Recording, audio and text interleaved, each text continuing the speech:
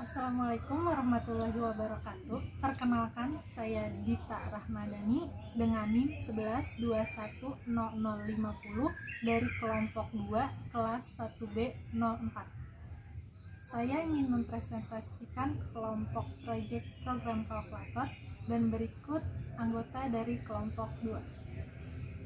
Perkenalkan, nama saya Bitinia Sunita Siregar, NIM 11210304. Perkenalkan, nama saya Dea Melanda dengan NIM 112100081. Perkenalkan, nama saya Putri Ananda Zebua dengan NIM 112011101. Perkenalkan, nama saya Putri Nur Alifah dengan NIM 11210121.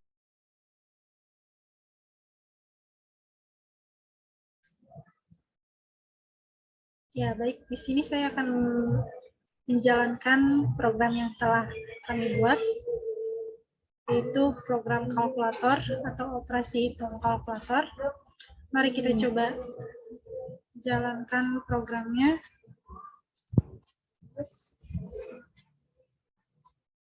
Ya, berikut hasil dari runningan yang telah saya running. Di sini ada pilihannya.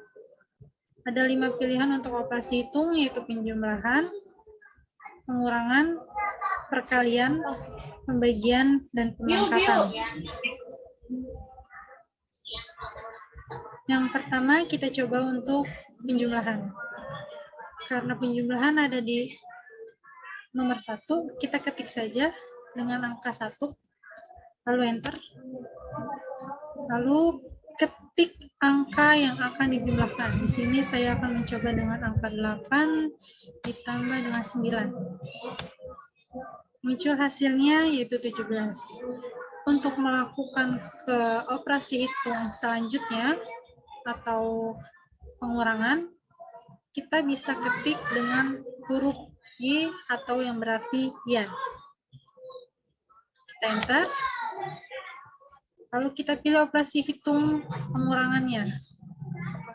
Pengurangan ada di angka 2, kita ketik nomor 2. Ini saya menggunakan angka 15 dikurang 9. Keluar hasilnya itu 6. Lalu kita ketik lagi huruf P-nya, karena kita akan coba lanjut ke operasi hitung yang ketiga, yaitu perkalian. Kita ketik angka 3. Masukkan angkanya. Di sini saya akan masukkan bilangan 18 dikali 4. Hasilnya 72. Dan untuk selanjutnya, di huruf G-nya, dan dicoba operasi hitung pembagian. Selanjutnya akan dijelaskan oleh teman saya yang bernama Dea Merlinda.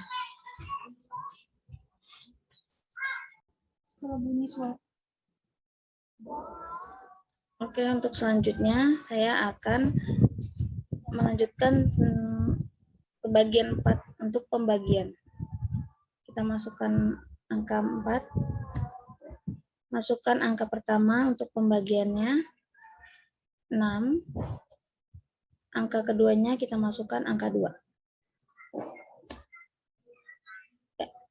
Untuk hasilnya sudah terlihat.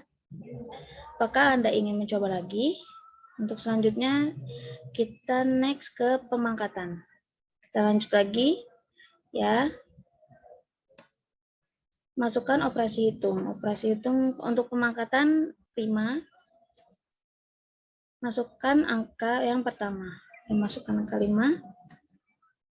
Yang kedua saya masukkan angka 2. Ya. Apakah Anda ingin mencoba lagi? Untuk selanjutnya, jika teman-teman ingin mencoba lagi, tinggal ketik ya atau Y. Untuk stop, tinggal tekan T atau tidak. Ini saya tekan T untuk stop sampai pembagian. Ya, cukup sampai sini teman-teman. Untuk selebihnya bisa dicoba lagi. Ya, sekian dari saya. Wassalamualaikum warahmatullahi wabarakatuh.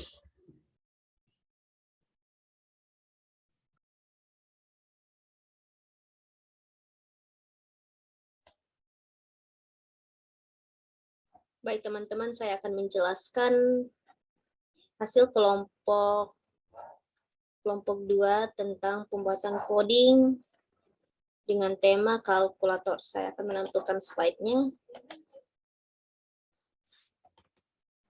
tentang kalkulator. Kita akan membahas teori-teori yang digunakan dalam pembuatan coding kalkulator ya. Pertama, tentang Python. Python adalah salah satu bahasa pemrograman yang melakukan eksekusi sejumlah instruksi multiguna secara langsung dengan metode orientasi objek. Python adalah bahasa pemrograman yang paling mudah dipahami. Python adalah salah satu bahasa pemrograman yang dapat melakukan eksekusi sejumlah instruksi multiguna secara langsung dengan metode orientasi objek. Jadi di sini kita dapat mengetahui bahwa Python adalah bahasa pemrograman yang mudah dipahami. Jadi di sini sudah dijelaskan ya dengan jelas bahwa Python pemrograman yang paling mudah dipahami. Ini kita akan membahas tentang kelebihan dan kekurangan Python. Kelebihan Python mampu menjadikan program dengan skala yang sangat rumit menjadi mudah.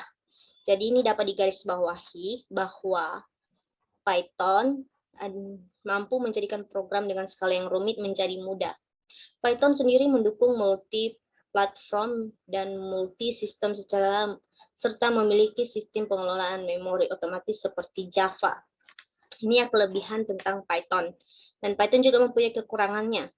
Di sini tentang kekurangan Python. Kekurangan Python cukup lambat dijalankan. Untuk mengembangkan platform, Android dan iOS juga terbilang kurang support. Python juga memiliki keterbatasan dengan akses basis data. Selain itu, Python tidak cocok untuk melakukan tugas-tugas insentif, memori, dan pekerjaan multi-core dan multiprosesor. Jadi di sini kita juga menggarisbawahi bahwa Python tidak cocok untuk melakukan tugas-tugas insentif, memori, dan pekerjaan multi-core atau multiprosesor. Ini kita akan membahas tentang Python dasar fungsi def.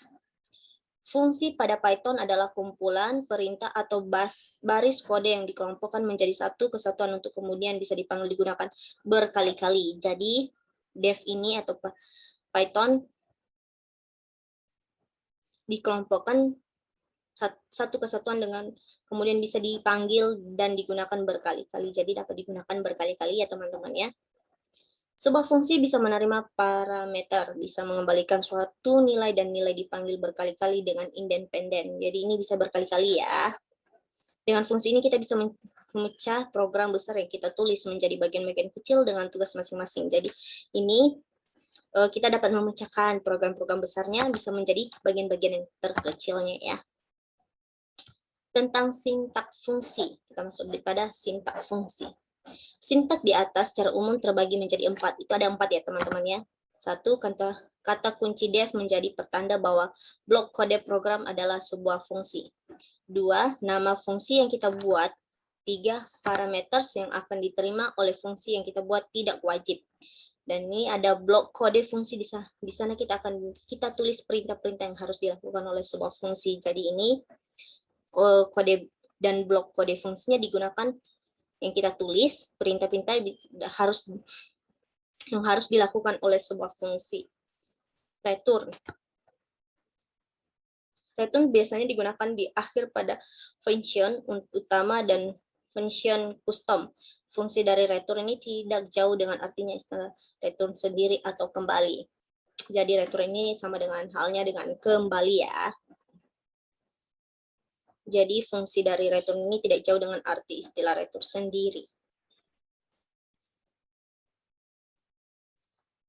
Kita masuk di while.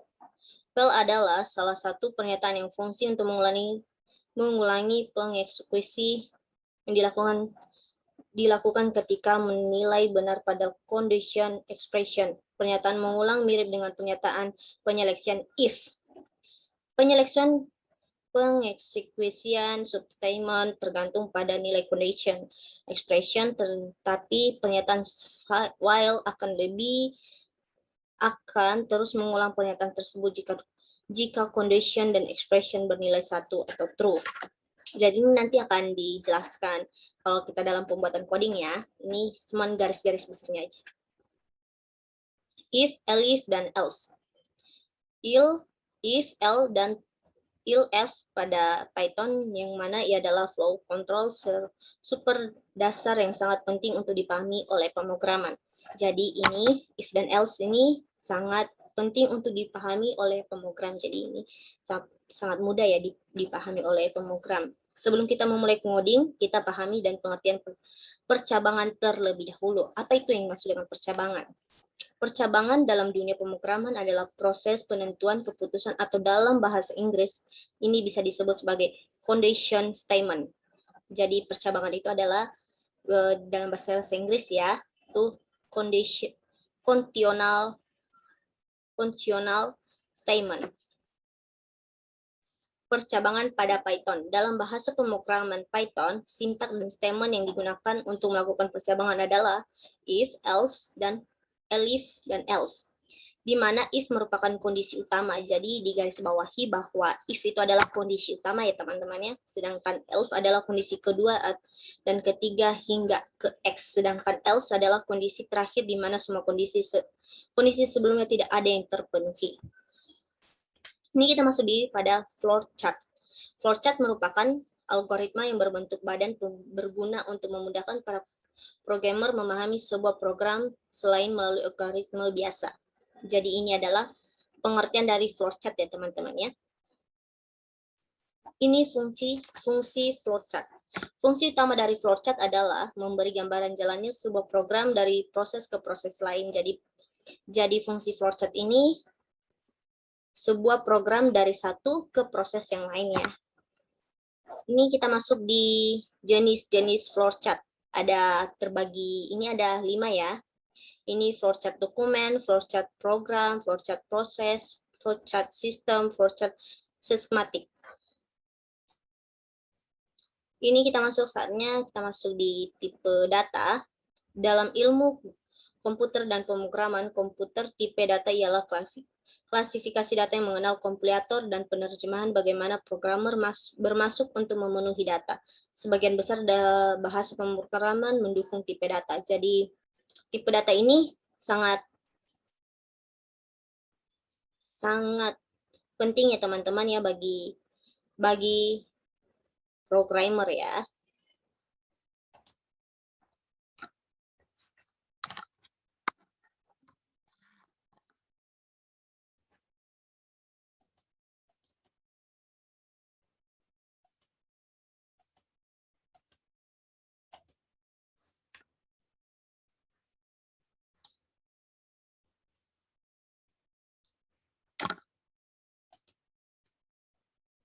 Ini kita masuk di tipe data bilangan bulat. Definisi tipe data bilangan bulat dan tipe data integer adalah tipe data yang hanya menggunakan bilangan bulat saja. Jadi di sini sudah kita ketahui ya dari judulnya aja tipe data bilangan bulat. Jadi ini khusus pada bilangan bulat, tidak dengan bilangan desimal, pecahan maupun huruf ya. Ini kita masuk di nomor 2 tipe data karakter.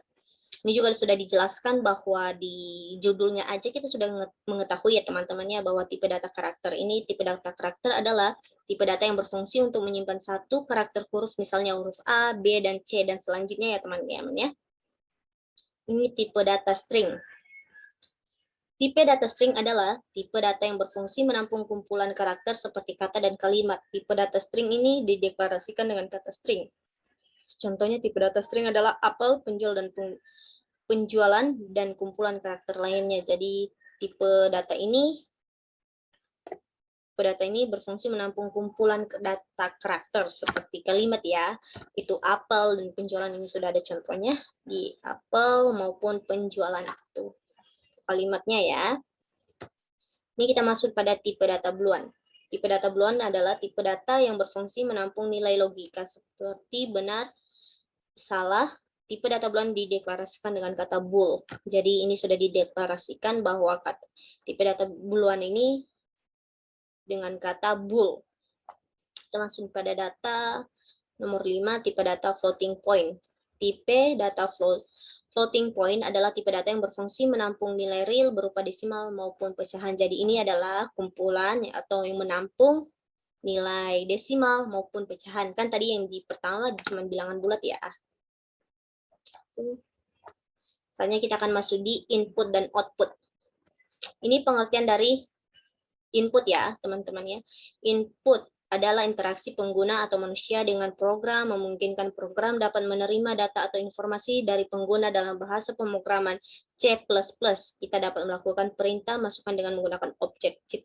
Jadi jika kita membuat satu perintah itu kita harus ada penambahan dengan menggunakan objek C ya, teman-teman ya. Ini sudah dijelaskan bahwa input ini adalah program yang mungkin dapat menerima data atau informasi dari pengguna. Jadi ini sudah dapat memungkinkan program dapat menerima data atau informasi dari pengguna.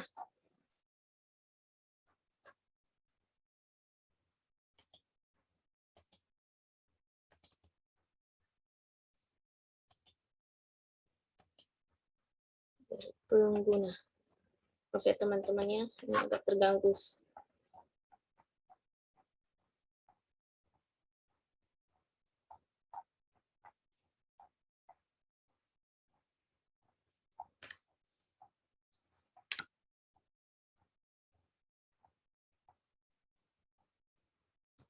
Nah, saatnya kita akan masuk di output.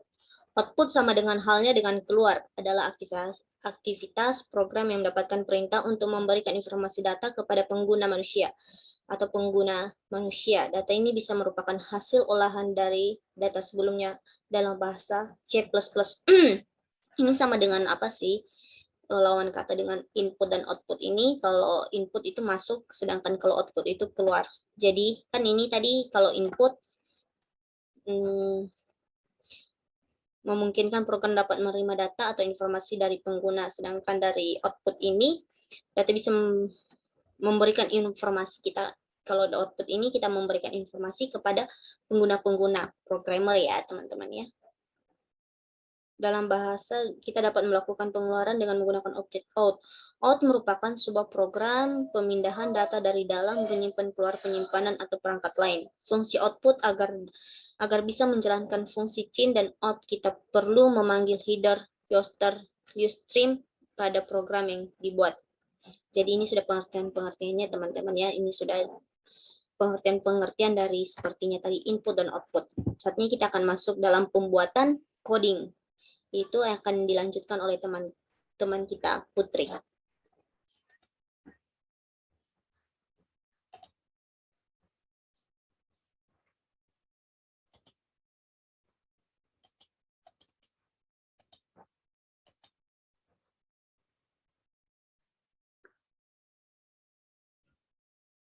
Ya, saya di sini akan menjelaskan tentang program kalkulator.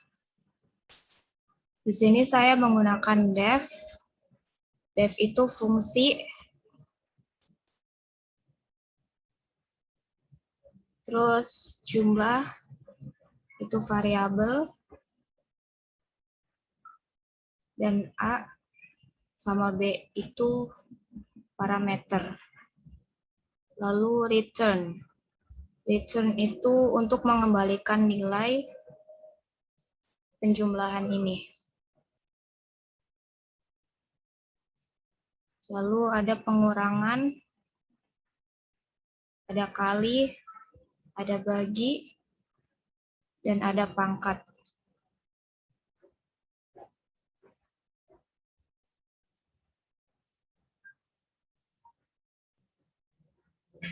Sini ada variabel sama dengan y, while. While itu perulangan yang tidak terhitung penjumlahannya. Dan belum pasti akan diulang berapa kali. Di sini ada penjumlahan, pengurangan, perkalian, pembagian, dan pemangkatan.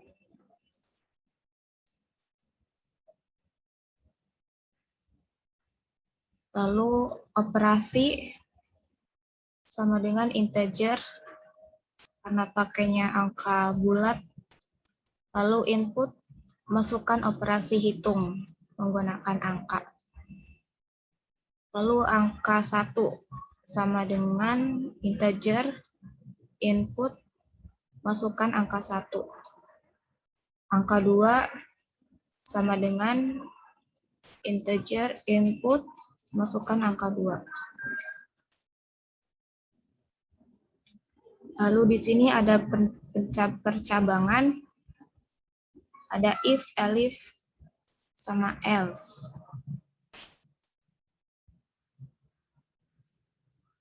If operasi 1, print angka 1 ditambah angka 2 sama dengan jumlah angka 1, angka 2.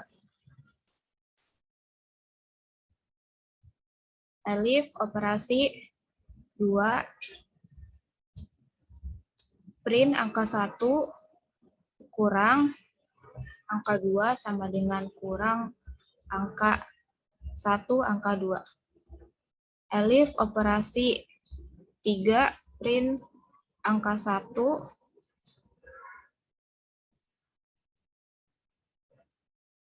dikali angka 2 sama dengan kali angka 1, angka 2. Elif operasi 4,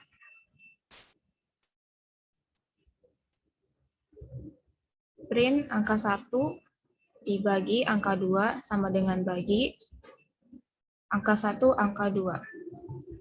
Elif operasi 5, print angka 1, tanda pangkat, angka 2, sama dengan pangkat, angka 1, angka 2. Else. Else ini untuk jika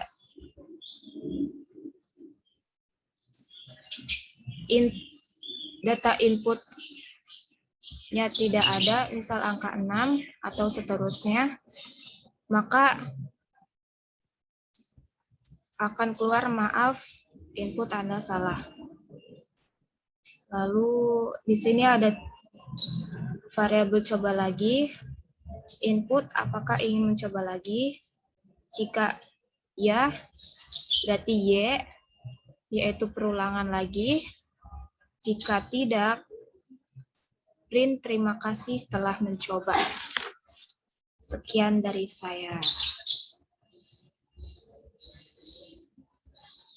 Baik teman-teman, kita telah sampai kepada bagian ujung akhir penutup presentasi kami dari kelompok 2, di mana banyak kata-kata yang kurang atau selebihnya kami meminta maaf dan kami juga mengucapkan terima kasih.